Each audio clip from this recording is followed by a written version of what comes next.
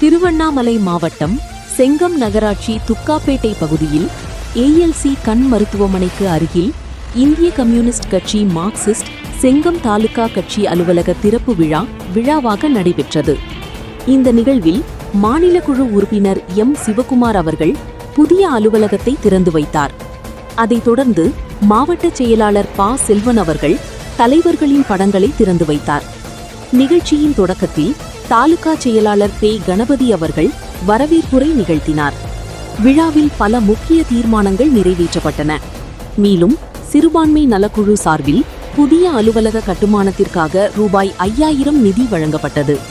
இந்த நிகழ்ச்சியில் மாவட்ட செயற்குழு உறுப்பினர் இ. லட்சுமணன், மாவட்ட குழு உறுப்பினர் சி. எம். பிரகாஷ் உள்ளிட்ட நிர்வாகிகள் மற்றும் பொதுமக்கள் திரளாக கலந்து கொண்டனர்.